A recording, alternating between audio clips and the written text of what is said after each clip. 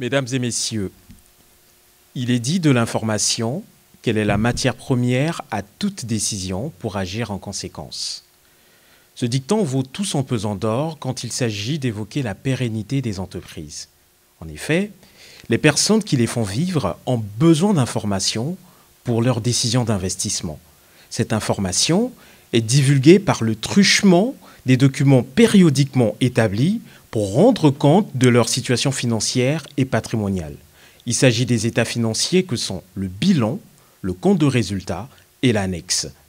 Aujourd'hui, nombre d'études scientifiques en concluent en l'acuité d'un besoin d'informations fiables et pertinentes, subséquemment aux affaires telles que celles de Kerviel, de Madoff et d'autres scandales financiers. D'ailleurs, les révélations qui en découlèrent mirent en évidence des pratiques fort préjudiciables, non seulement pour les entreprises, mais également pour leurs parties prenantes. Eu égard aux enjeux économiques et sociaux inhérents à la formation financière, divers législateurs de par le monde ont vu dans l'audit légal un rempart contre une information financière biaisée. Cet audit, mesdames et messieurs, est un processus par lequel l'auditeur légal, encore appelé commissaire aux comptes, estime dans toute indépendance et dans le strict respect des normes d'audit la crédibilité de l'information contenue dans les états financiers. Fort de toutes ces considérations et désireux de cerner un tant soit peu l'utilité de l'audit légal, l'aventure intellectuelle que j'entreprends dans le cadre d'une thèse de doctorat consistera d'abord à définir les hypothèses de recherche à l'aide des travaux de recherche sur l'audit, des théories traitant de l'asymétrie d'information et des parties prenantes.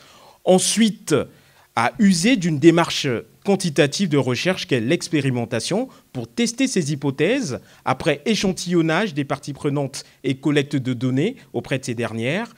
Enfin, à tirer des enseignements après usage de l'outil statistique lors de l'analyse de ces données.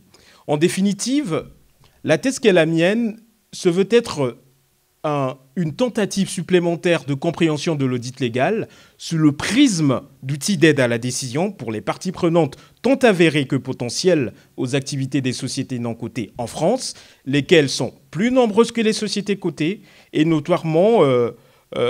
interagissent notoirement avec diverses parties prenantes se trouvant dans toutes les contrées de l'Hexagone. Sur ce, mesdames et messieurs, je vous remercie pour votre aimable attention.